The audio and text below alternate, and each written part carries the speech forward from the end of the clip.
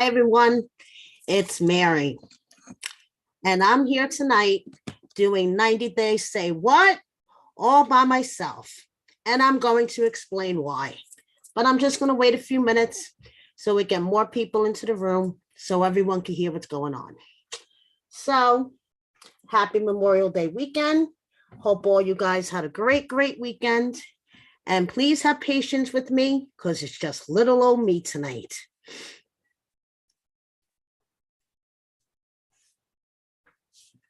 And of course, I'm having technical difficulties already. You're live. You're live. You're live.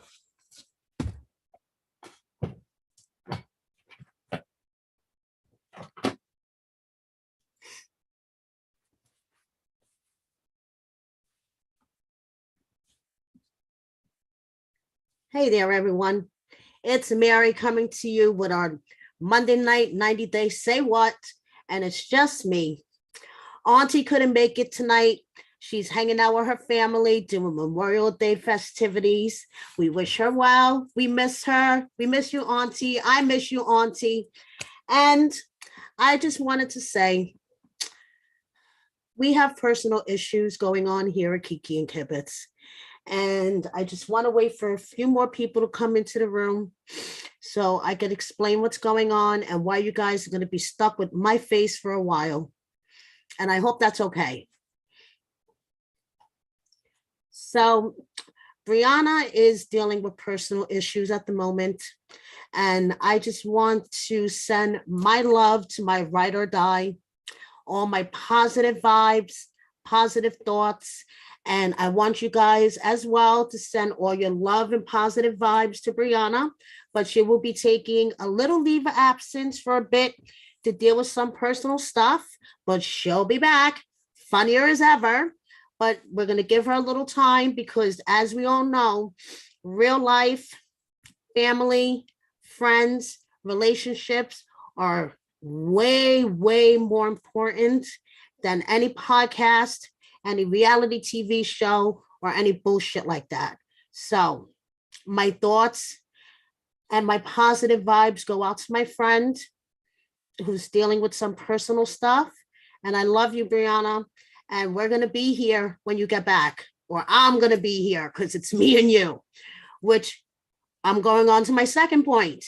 Since Brianna and I are such a great team, each team has their own, I would say, their own role. So I'm the social media manager. I go after all the interviews. I handle all that kind of stuff. Brianna handles all the technical stuff. So if I have little technical difficulties, little technical glitches while Brianna's on her leave, please have patience with me, guys. Okay, we're really low budget operation around here. Hi, everyone. We're really low budget operation around here. And my soon to be 18-year-old son is my IT guy. So earlier today, we were doing a little tech, test over here, and we went live for like a minute. So you might have gotten a notification earlier today that we were live. Went to go check the video and it was gone. That was my son and I testing our little tech thing going on here because Brianna is my tech department and my tech department is on a leave of absence dealing with some personal issues for you guys joining us. So you're going to be stuck with me for, I would say, a couple of weeks or so until, she's comfortable enough to come back and join me, and I'll be here. So let's get on with the episode. And I want you guys to engage with me and tell me what you thought about tonight's episode or last night's episode. So I'm not sitting here talking to myself. So, hello, Capricorn and Miss Sonia and Yellow Moon. And of course, my trusty mod, Mommy says bad words. So here we go. Yve and Mohamed. Now, all I have to say is her friends should have allowed him to at least have a sip of water before they started peppering him with questions about porn and showing him almost girl on girl action. I mean, come on, what was up with the friend like grabbing the other girl and going, oh, have you ever done this? And like they were practically showing him some girl on girl action, and the guy didn't even have a sip of water. Like, come on. I know Mohammed's a hypocrite. Don't get me wrong. Mohammed is a conservative Muslim, except when it comes to sex before marriage, food, and let's see, I actually wrote this down. He is a hypocrite when it comes to food and sex before marriage. And there was a third point, which I'll think of it in a minute. But he's a total hypocrite as well. Capricorn 11, thank you so much for your generosity. You have no idea how much we love you at Kiki and Kipits. You have no clue. Thank you. Thank you so much. Yes, Shabidi, those friends were too much. Miss Sonia, I agree with you. Her friends were out of pocket because they knew what they were dealing with. I'm sorry, guys. My allergies are like off the wall. They knew what they were dealing with. And this guy sat down. They didn't even give him a minute to like adjust to the boobage that was across the table. And they're like peppering him with all these questions. And of course, they knew he was going to be uncomfortable. And not only did Yve sit there and let that happen, she threw him under the bus about a private argument that they had, which, not for nothing, if I was wearing a dress like that, showing my thong, my husband would not let me walk out my door either. So he's a hypocrite in his own way, but she was out of pocket as well, the way that she threw him under the bus to her friends. So the friends were way too much. Just trying to read your comment, guys. Yes, Capricorn is very, very generous, and we love her so much at Kiki and Kibitz. We have no idea. So, Yve knows exactly what she ordered. A conservative Muslim, except when it comes to money, sex, and food. That's my note. She knew exactly what she ordered, and now she can't handle it. Because she's like, oh, but I never asked to change. I just stopped eating pork. I just, decided to throw out half of my wardrobe. I decided to stop drinking, but I didn't agree to change. It's like, come on, please. Yes, her fashion outfit was definitely a don't. I agree. Definitely a don't. So that car ride home was super, super awkward. It was like a son being pissed at his mom for not buying like a PlayStation or something. He was so pissed at her, and she like couldn't understand why, but I understood why. He could have went off on her friends, but he held back. He was very respectful, but they weren't respectful to him. And she just sat there and let it all happen. And she threw him under the bus by, telling her friends about this private argument that they had right before leaving the house. So I totally get where he was coming from. But saying that, I would choose a fucking bikini over him. Okay, because he is a hypocrite. He's a child. And I would not, please, I would not deal with that bullshit. That's all I have to say. So they're both hypocrites. And I can't believe she let him kick her out of her own bed. She went to go sleep on the couch. Did you notice that, guys? She went to go sleep on the couch in her house. Come on, please. Yes, I agree with you. Mommy says bad words. It all looks so produced. It did. It all looks so produced. So we're going to move on to number one condescending bitch, Kara and Guillermo. Now it's her 10-year high school reunion. And you know that she comes from a small town high school when her and that guy, Chris, were like the most popular.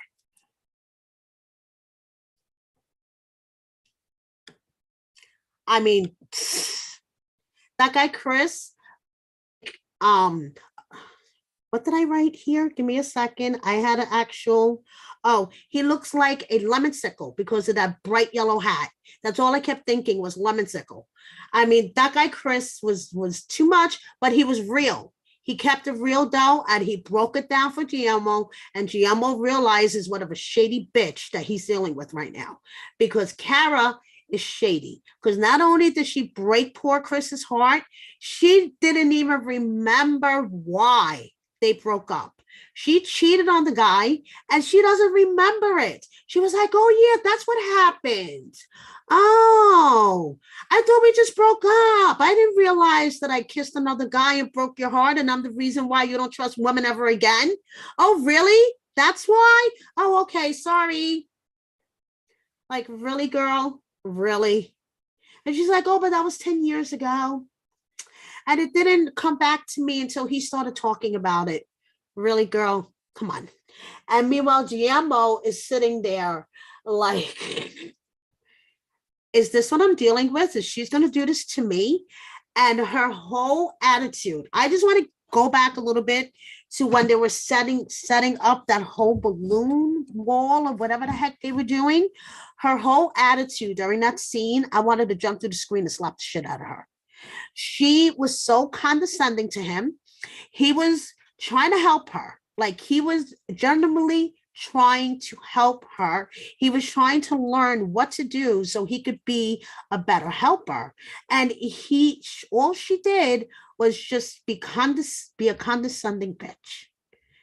And I just wanted to reach through my screen and like, and then when she was like, oh, these balloons, we're not going to use them. We'll just pop them. And he's like, well, why don't we give them out to the kids? And she's like, oh, that's a stupid idea. And she starts popping them.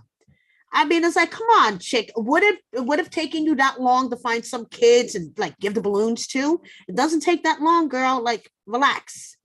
Like, the guy has a good idea. Why don't you listen to your man for once and maybe go along with his idea? But because she's a condescending bitch. Yes, they're boring. I agree. Yes. Chris broke it down and put it back together for Guillermo. Yes, he did. Chris broke it down. And Guillermo didn't know how to process that when Chris was breaking it down. So that was quite a revelation. And by the time everything was said and done, Guillermo was taking out his frustrations on that balloon wall. He was popping those balloons like he wanted it to be Kara's head by the time, he was said and done. And he says respect makes a relationship, which I agree.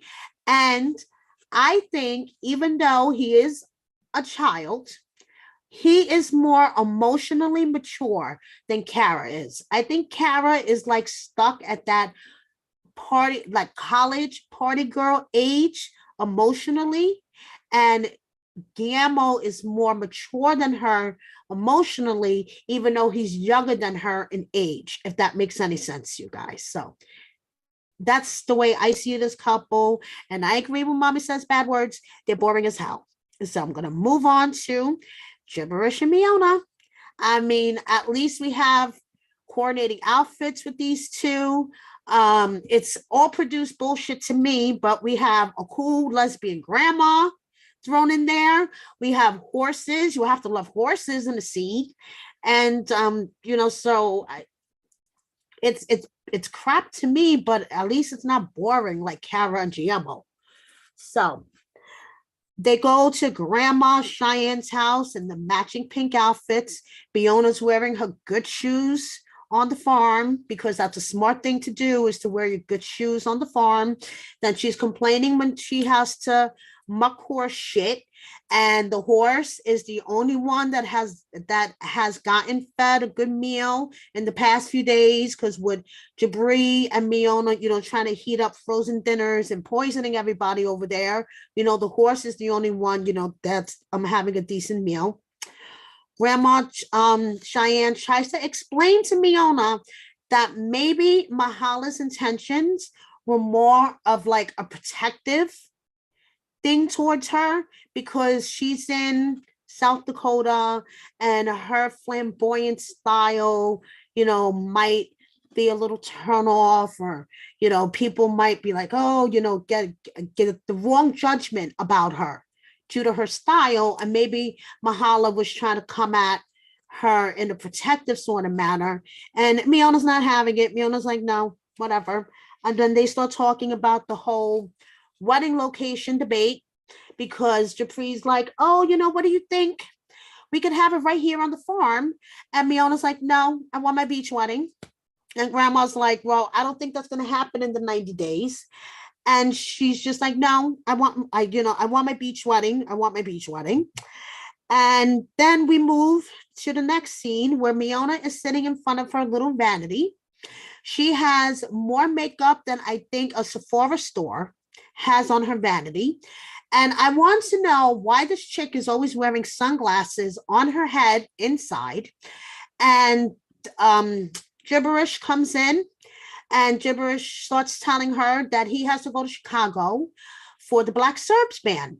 And Miona's like, what does this mean? Where am I going to be? I'm going with you. And Gibberish is like, well, you and David don't get along, and I don't want to deal with drama. I just want to do band stuff. And Miona's like, hold up a second.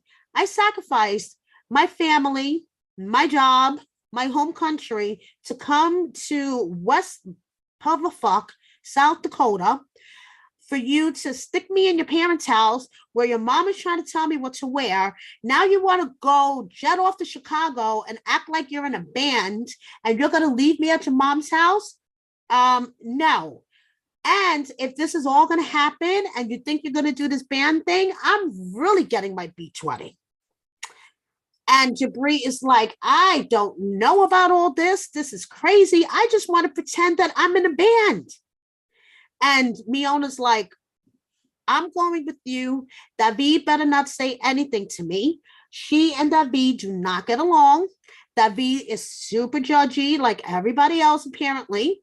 And she's like, David stays in his corner, and I will stay in my corner. And as we could see from the preview of next week, Gibberish, and David get into a fight.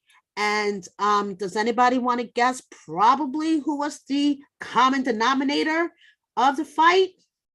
Moving on.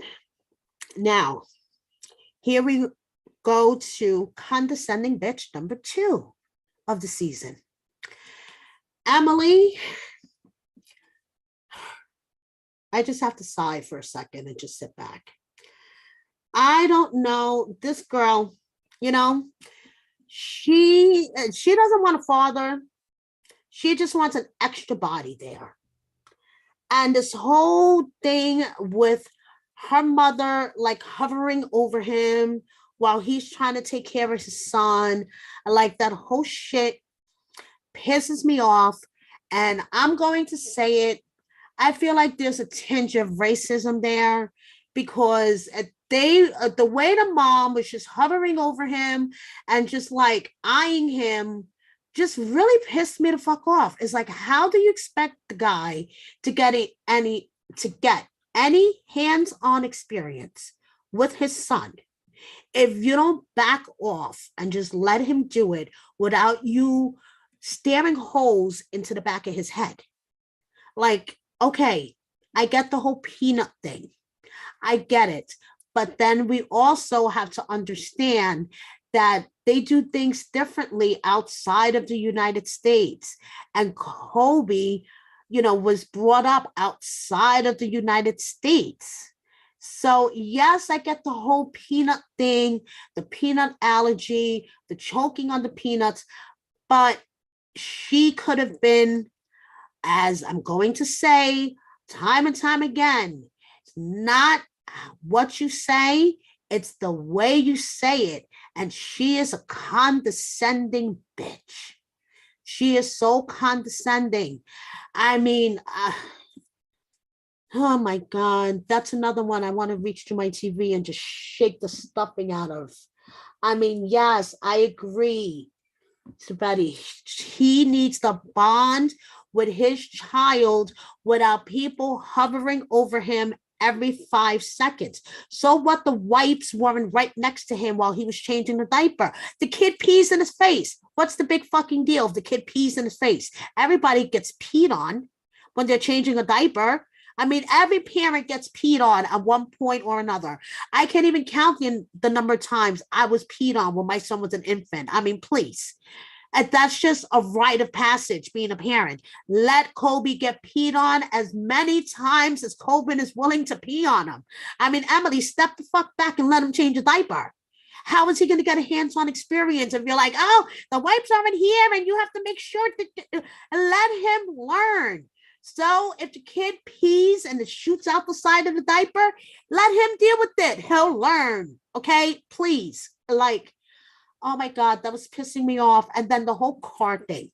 I get it. He has never driven in the States. She's, not sure about his driving skills, but girl, there is a way to put things. And he's been in the States, what now, 3 days? And you've already made him feel like shit like 100 times? Like, please, you kick him out of bed, but you make sure you wake him up early the next morning, right? Oh, yeah, you didn't want him sleeping in bed because he's going to distract Coben, but you make sure that he gets up early, okay, to help you with Coben. Please. Girl, please. I mean, thank you, Miss Sonia. I can't with Emily. She is annoying the stuffing out of me. I mean, and her mother. Emily and her mother. That's all I have to say, because you could, that's a case of the apple don't fall too far from the tree. Okay, because the way the mother was staring at Kobe was pissing me. I mean, she was like staring holes in the back of his head while he's trying to bond with his kid. Like she thought he was gonna like drop him or something. Like, come on, lady, give me a break. So, and then the one other thing I just wanted to add before we move on is the way they were acting about the whole peanut thing. And I'm going to repeat myself. I understand about the peanut allergy and they were, too small or whatever the case may be, the choking hazard. But Emily and her mom were acting like Kobe was trying to give the kid rat poison. I mean, that's how overboard I felt they were going. Like they just caught him trying to give his son rat poison. It's like, people, relax, okay? Emily sucks. I agree. Emily sucks. And yes, I know plenty of Virgos who don't act like that. Okay. Does being a Virgo give you permission to be an asshole? No, I don't think so. My mom, as she rest her soul, was a Virgo. My mom was not an asshole. I mean, come on, please. Emily, you just need to go away. And condescending bitch number 3. I mean, a season is just filled with condescending bitches. Binny and Ari. Ari just led Binny into the lion's den, people. I mean, she set him up. She has been pumping her siblings with stories. And, wah, woe is me. Binny's cheating on me. Binny's breaking my heart. Binny's doing this. Binny's doing that. For God knows how long. And then she parades him in to this dinner where the minute he sits down, her sister's already glaring at him. Okay. So it like starts off, she's like, oh, we were trying to have a wonderful time. And we got into, we're fighting all the time. And basically, I summarized Binny's comment to her. Binny's like, I'm confused. You were just, when you were showing me around Princeton, you're telling me we're in a rich area. We go to New York City, so I suggest maybe we should move to New York City, and then you flip out. Ari, this is your country. I don't know about the situations in this country. So just tell me about the situations and maybe I could understand better without you flipping out on me. How about that? But of course, Ari doesn't hear anything. And Binny, calls his sisters, my favorite Ethiopian sisters, Wish and Mimi, and we've interviewed them. If you guys haven't checked out the interview that we did with Wish, Brianna and I did with Wish, you should check it out because she tells the real story why she tossed the wine that Mimi said that Ari is probably still drunk over. I thought that was fucking hysterical. So basically that Benny's having this conversation with his sisters, and I would say the theme of the conversation is, listen, you need to get your green card no matter what. Okay. You need to make this work with Ari. So you get married in 90 days. So you get your green card because you already lost your first son. So at least if you get your green card and your citizenship, you'll be in the States and you'll be able to go back and forth to see Abby. That to me was the basis of the conversation. Okay. So thank you. Love you too. So that was basically the basis of the conversation. They're like, listen, Benny, you damn fool. You have suffered enough with Ari. If you get anything out of this, you better get your green card so at least you can see your kid. So now she's leading Benny into the lion's den. He's another one that didn't even get to take a sip of water. And the sister is already at him. So when I heard Ari arguing through the wall because I was eavesdropping with my glass, what were you guys arguing about? What was going on? And of course, poor Benny starts stuttering. And before you know it, he's basically admitting that even if him and Ari don't work out, he wants to make sure that he secures his green card so he could be in Avi's life. And Ari's like, well, I'm the real prize here, just not the green card. That's your opinion, girl. I say the green card is the real prize in this relationship. So yeah, I hollered, Miss Sonia, too. When he mentioned the green card, I hollered. I was like, yes, Benny. He knows what's up in this relationship. He knows what is the best part that's going to come out of this relationship. His son and his citizenship. Okay. So, hey, you go, Benny. That's all I have to say. Finally, after the second time, you got it right. So the sister is just like, I can't believe this. Parents are like, I don't know how they're going to be able to afford anything. Hey, I have a clue. Ari, is something called a job. Maybe you should look into it. Some of us have been doing it for all of our adult lives. So look into it. It's called a job. Google it, girl. Okay. There's a few out there I'm sure you can get since you are an established writer. Every time she says that, Brianna, who is actually an established writer, she cringes. Okay. And Brianna and I both cringe because Ari is half Italian, and half Jewish, Brianna.